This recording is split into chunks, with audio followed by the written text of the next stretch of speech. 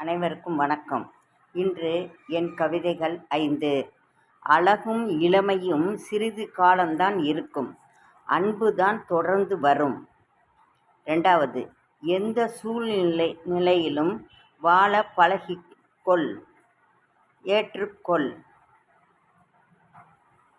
கடவுள் கஷ்டம் தருவது உன்னை சோதிப்பதற்கு அல்ல, உன்னை சுற்றி உள்ளவர்கள் எப்படிப்பட்டவர்கள் என்று அறிய. 4. வாழ்க்கையில் வளர எத்தனையோ வழிகள் இருந்தாலும் வாழ்க்கையை வழியாக கொண்டு வாழுங்கள். 5. வார்த்தையால் வர்ணிக்க முடியாததை புன்முறுவல் வர்ணிக்கும்.